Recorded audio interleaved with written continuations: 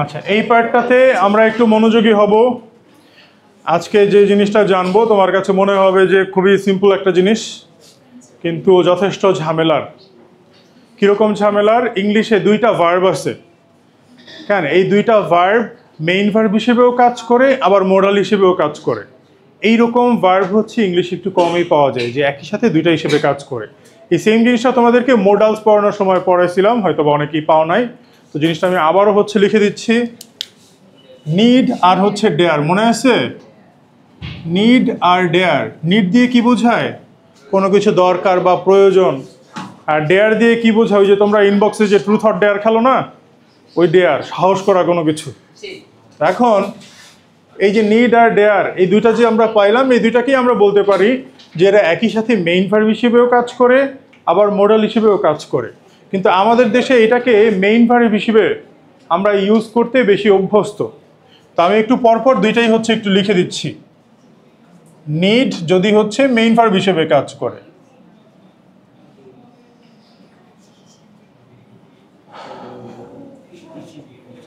আর হচ্ছে নিড যদি মোডাল হিসেবে কাজ করে। যদি মোডাল হিসেবে কাজ করে ওকে আমরা সরাসরি মোডাল বলি না, তখন ওকে আমরা কি বলি বলতো? সেমি মোডাল বলি, বা হচ্ছে সিউডো মোডাল বলি। সিউডো মানে কি বলতো?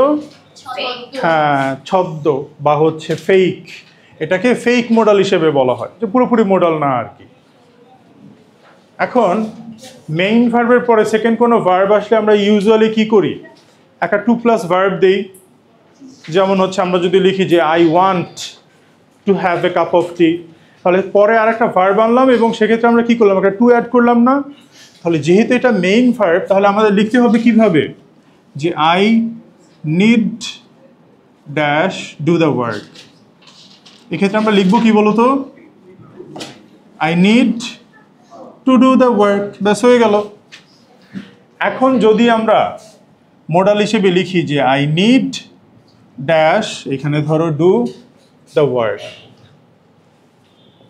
এখানে কি হবে বলো? মোডালের পর আমরা ভার্বের কোন ফর্ম দেই? বেস ফর্ম দেই। তাহলে এটা হওয়ার কথা কি? যে I need do the work. আমাদের দেশে কোনটা বেশি কমন বলো তো? এইটা, I need to do the work.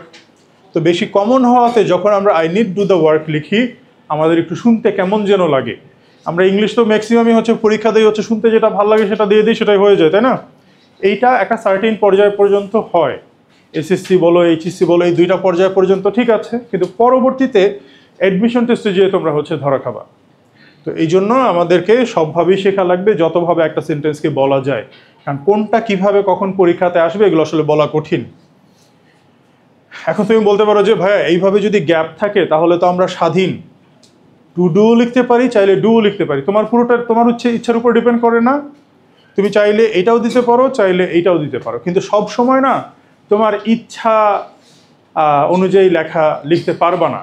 কেন লিখতে পারবা না? ধরো আমি এখানে লিখলাম he need dash solve it.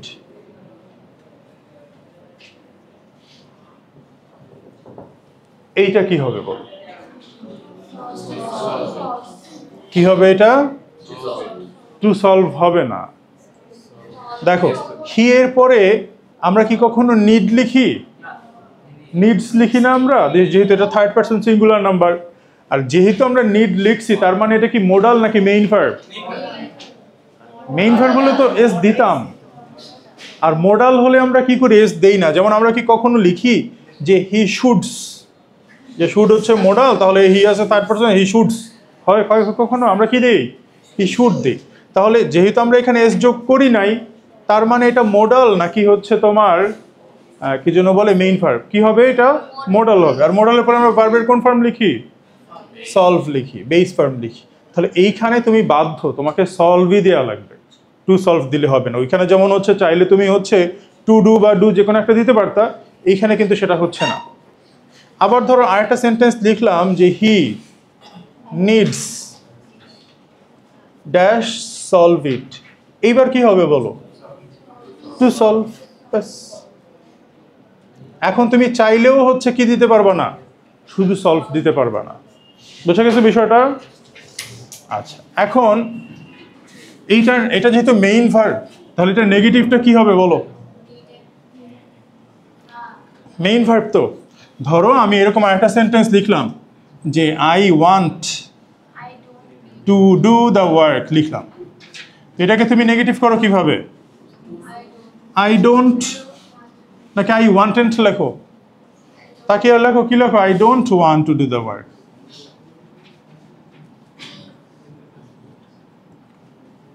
আচ্ছা, এটার সাথে পজিটিভের কোনো কানেকশন, পজিটিভ বলি কেন, এটার সাথে নিড আর ডেয়ারের কোনো কানেকশন নাই, এটা তোমাকে বোঝানোর জন্য হচ্ছে লিখলাম।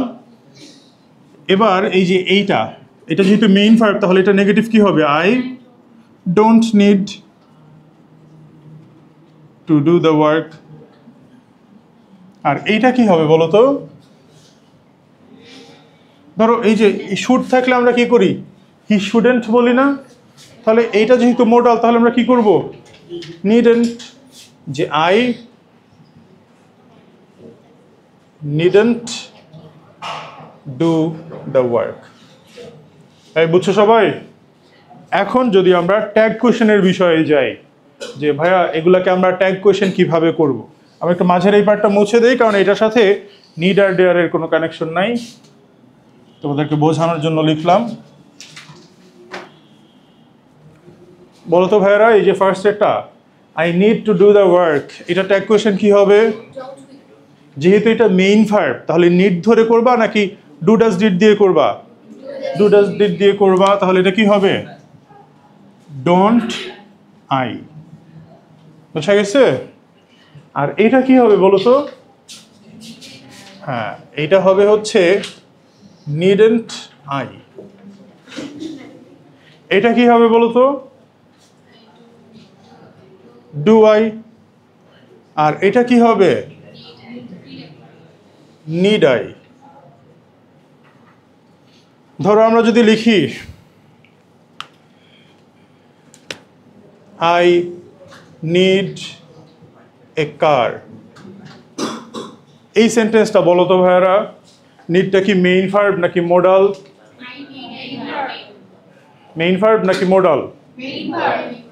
আচ্ছা, আমরা কি মোডালকে কখনো স্বাধীনভাবে লিখতে পারি?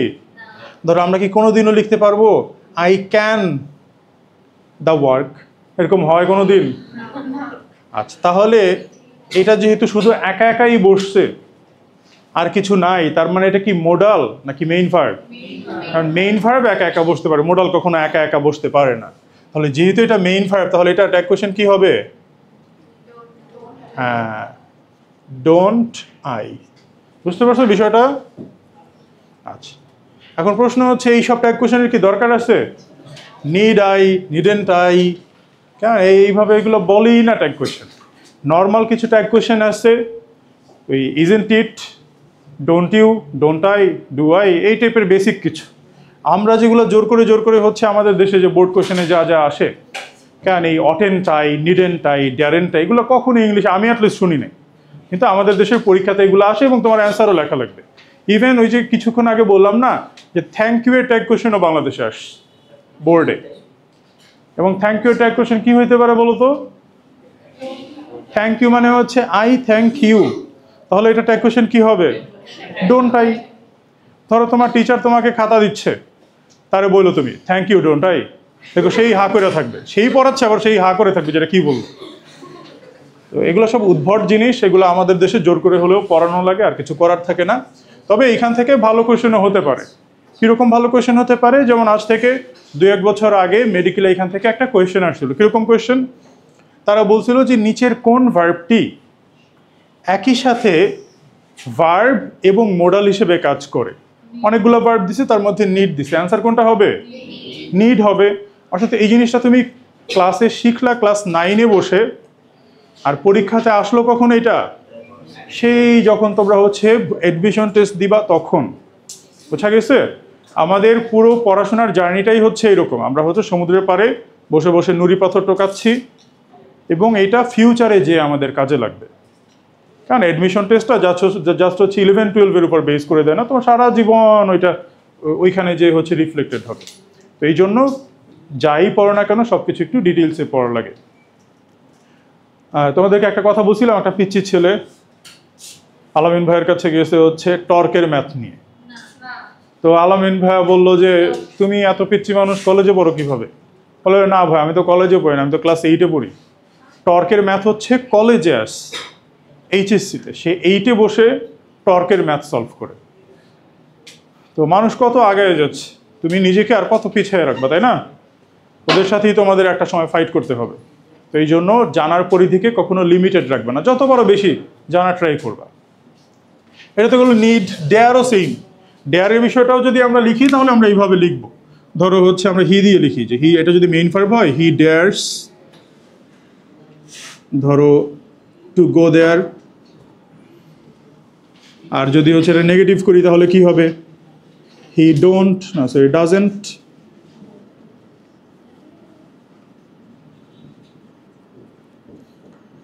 ডেয়ার টু গো দেয়ার।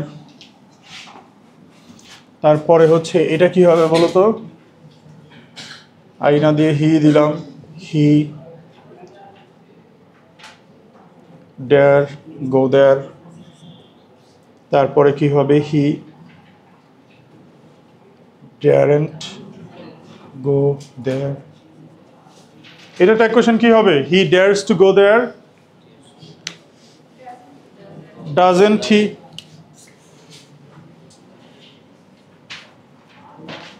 এটা ট্যাগ কোয়েশ্চেন কি হবে? He doesn't dare to go there, হ্যাঁ ডাজ হি। এটা ট্যাগ কোয়েশ্চেন কি হবে বলো তো? হি ডেয়ার গো দেয়ার, হ্যাঁ ড্যারেন্ট হি।